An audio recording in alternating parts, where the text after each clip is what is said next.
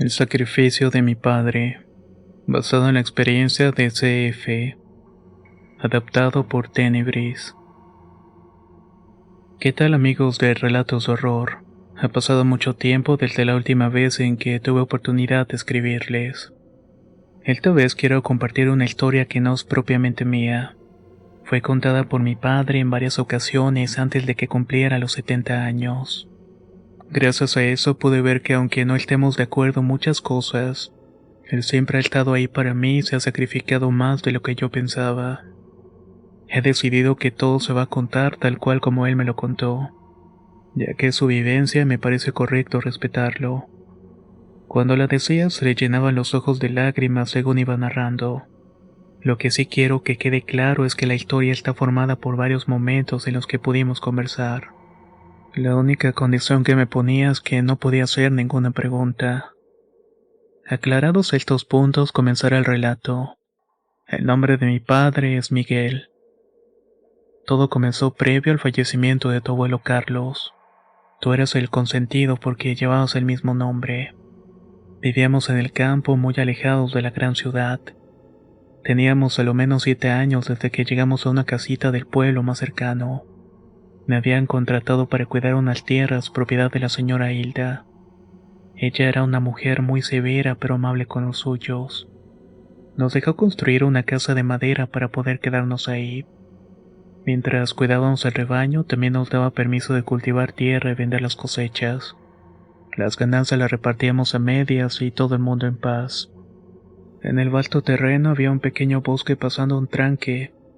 En invierno se llenaba de agua, así que poco menos de la mitad de las tierras era cultivable. El otro porcentaje eran espacios donde solamente podíamos recolectar leña para el fuego de la casa. Como te puedes dar cuenta, la vida era satisfactoria. Con tu mamá nos apoyábamos trabajando arduamente todos los veranos mientras que en invierno se quedaba con ustedes, y yo salía para seguir con las labores de afuera. Todo esto pasó a finales de 1992, cuando mi papá estaba encargado de hacerme dormir la siesta. Tenía apenas año y medio cuando a las tierras llegó una anciana pidiendo algo de comer. Como tu abuelo era un hombre que se debía quitarse el pan de la boca para dárselo a otro, lo hizo sin pensarlo. Le dio algo de fruta que había comprado para ti y unas piezas de pan que tu mamá coció un día antes. ¿Recuerdas que nuestra casa se ubicaba muy dentro del camino? Pues la forma en la que esta mujer llegó sin siquiera alterar los perros nos pareció muy extraña. La perra que siempre estaba echada en la entrada era mucho de protegernos y no dejaba que nadie se acercara. Especialmente contigo. Hasta cuando ya eras grande te acompañaba a que tomaras la parada del autobús. Siempre tuvo esa actitud contigo y con tus hermanos. Ese día que la mujer llegó, decía tu abuelo que la perra no se vio por ningún lado, pero la noche no dejaba de ladrar por toda la casa. Se podía sentir que una presencia estaba rondando, pues la perra no paraba de gruñir. Fue tan insistente que al final me levanté con una linterna y un palo que usábamos para trancar la puerta. Al salir el silencio solamente era interrumpido por los ladridos de la perra que corría de un lado para otro. Parecía como si estuviera persiguiendo algo. Por más que apuntaba con la linterna, yo no podía ver nada. Me daba mala espina, así que me quedé toda la noche despierto, sentado en un sillón por si acaso algo parecía, pero nada pasó. Aquel día no fui a trabajar. Me quedé hablando con tu abuelo y también con tu tío Enrique que llegó. Miguel, dijo tu abuelo, anoche no escuché nada de nada. A lo mejor andaba algún conejo por el patio y la perra quería perseguirlo. Papá, fíjate que ayer estaba muy oscuro en la noche. Estuve apuntando por todos lados con la linterna, pero no pude ver lo que la perra estaba persiguiendo. Tu tío, que descansa en paz, se acercó y tirando la colilla del cigarro al suelo dijo sin tapujos: Oye, Miguel, no habrá sido una bruja. Tu abuelo puso su mano sobre mi hombro y agregó: Miguel, quizás deberías escuchar a tu hermano. Uno nunca sabe lo que puede pasar. Carlitos es tu primer hijo varón y deberías considerar todas las opciones. Además, está recién bautizado. Enrique era evangélico y se supone que no debería mencionar siquiera la idea de esta situación. Pero incluso yo, que no soy un hombre creyente, tomé en serio esa posibilidad. Pero con el tiempo fui olvidando el asunto, y por un par de semanas todo estuvo bien. Un día por la tarde tu abuelo estaba ordenando las cosas y como siempre te tuvo arropado a la hora de la siesta mientras tu madre hacía pan para todos. En ese momento la mujer apareció de nuevo ante la puerta de tu abuelo. Preguntó si esta vez le podríamos vender algún pan intentando sacar unas monedas de su bolso muy a mal traer. Mi abuelo le contestó que esperara un momento porque ya iban a sacar los panes. La anciana pidió ver al niño, pero tu abuelo se negó porque estaba durmiendo profundamente. Pero de inmediato dijo que comenzaste a llorar descontroladamente como si estuvieras teniendo una pesadilla. Por instinto, tu abuelo corrió a verte y solamente en ese momento le quitó la vista de encima. Cuando regresó, esta mujer ya no estaba. Había desaparecido sin dejar rastro alguno. Lo que encontró en su lugar fue un ave muy grande que estaba parada en la cabecera de la cama. Intentó pegarle con el palo de la tranca de la puerta, pero el enorme pájaro simplemente se esfumó. En este punto mi papá hizo una pausa y no tocó un tema por algunos días. Noté que estaba muy afectado por recordarlo, pero pienso que lo que más le afectaba era recordar a mi abuelo, que por más siempre fue un hombre de campo muy correcto.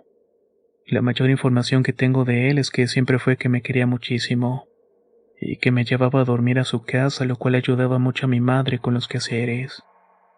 Fueron varios días en que mi padre estuvo más callado de lo normal, pero un domingo por la tarde, tomando un refresco juntos, retomó la historia.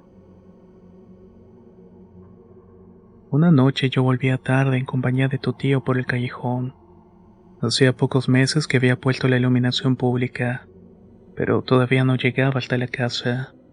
A lo mucho 1 kilómetro era parte de lo que nos separaba de la luminaria. Por eso tu madre siempre dejaba una luz en la ventana cuando ya anochecía. Así se aseguraba de que iba a encontrar el camino a casa. A medio andar del camino, ya sin luz, comenzamos a escuchar un aleteo y en medio de la noche oscura, sin luz y estrellas, escuchamos tué, tué, tué. Muchos sabemos que ese es el aleteo de los brujos y que ese sonido los caracteriza. Al escuchar esto, tu tío comenzó a orar y siendo sincero no recuerdo lo que estaba diciendo. Solo recuerdo que comenzó a perder el equilibrio. Quítate la chaqueta, gritó tu tío. Quítatela y póntela al revés para clavarle el cuchillo en la espalda. Por instinto seguí las instrucciones de Enrique y terminé aventando la chaqueta al suelo. Mientras tanto él sacaba el puñal de la cintura y lo clavaba en la espalda de la chaqueta. Sentí un chirrido muy fuerte, tan fuerte que lo sentí en todos los huesos de mi cuerpo. Entre tumbos comenzamos a caminar hacia la casa, mientras que no muy lejos unos aleteos comenzaron a escucharse nuevamente. A lo lejos pude percibir cómo tu abuelo venía corriendo con un palo y un cuchillo en la mano. Pienso que el grito de aquella cosa debió asustarlo. Nos empujó hacia un lago y corrió hacia el origen del aleteo, donde pude ver que comenzaba a golpearlo con furia mientras gritaba: Con mis hijos no te vas a meter, brujo del demonio. Ellos vienen bajo mi protección y no los vas a tocar. En un momento sentí que mi padre se quejó, y con una pequeña herida en las costillas salió corriendo con nosotros mientras agitaba el palo. A duras penas llegamos a casa donde debido al susto terminamos sin dormir esa noche. Bebimos café de trigo y en la mañana tu tío fue a recoger el cuchillo y la chaqueta. Pero esto último fue lo único que pudo encontrar.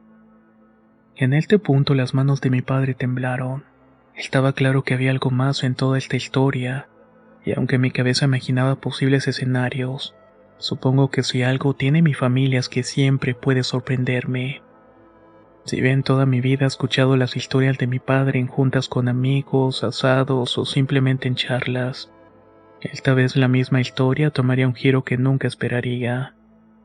Desde el día cuando me reventé en sangre y caí en el hospital debido a ese accidente en el trabajo y estuve varios meses internado, tu abuelo se hizo cargo de ustedes mientras yo me recuperaba.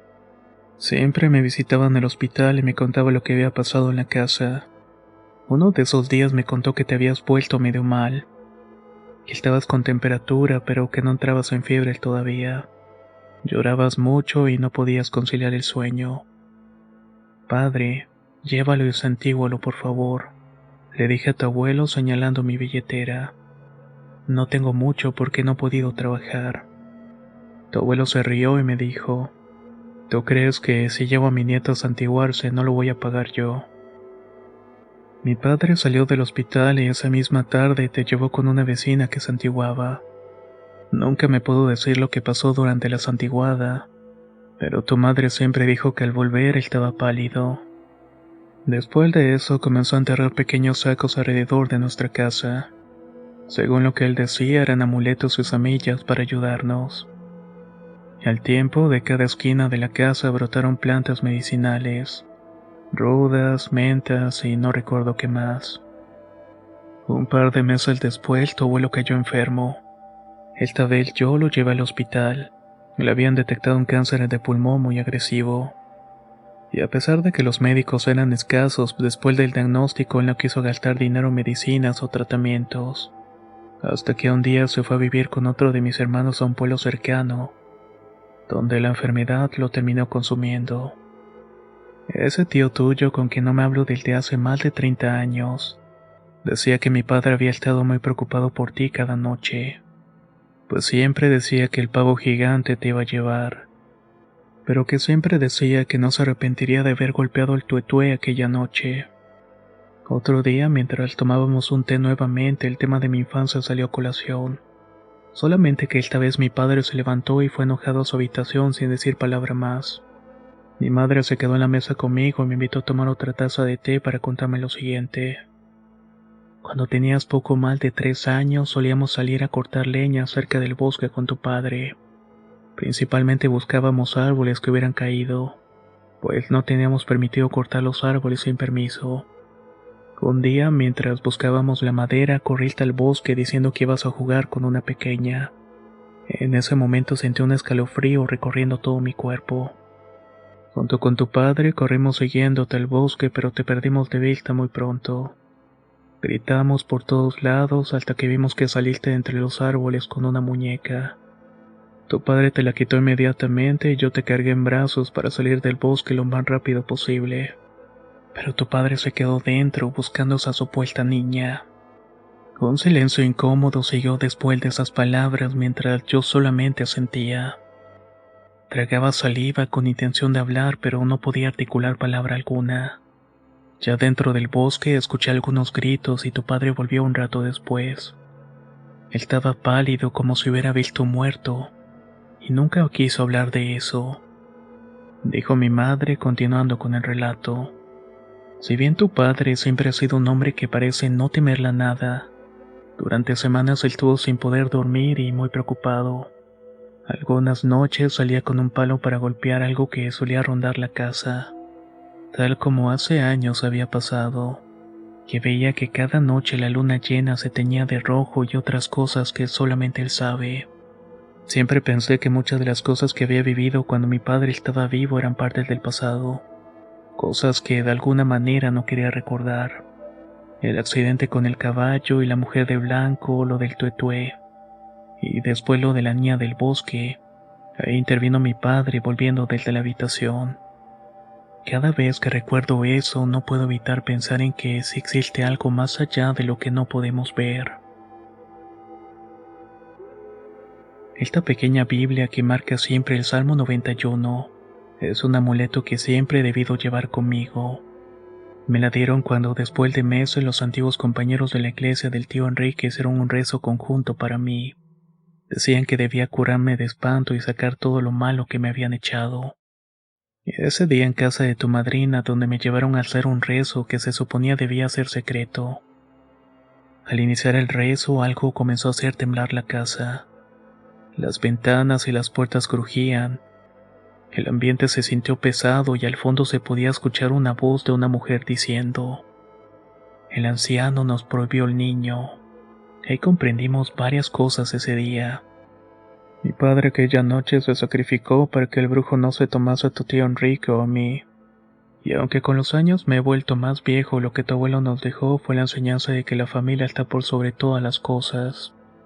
Incluso no sé cómo llegaste tú ese día a la casa de tus tíos.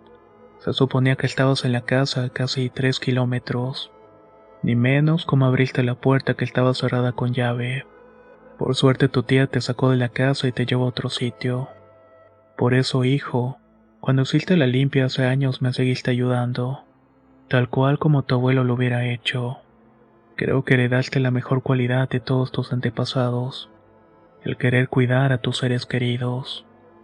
Cuando terminó de hablar tenía el rostro lleno de lágrimas. Luego de eso no volvimos a tocar el tema con mi padre por un buen tiempo. Hasta hace unos días cuando estuvo en mi casa. Conversamos de muchas cosas, paseamos por el pueblo y una vez sentados en la mesa hablamos como ahora, casi 30 años después de lo que sucedió.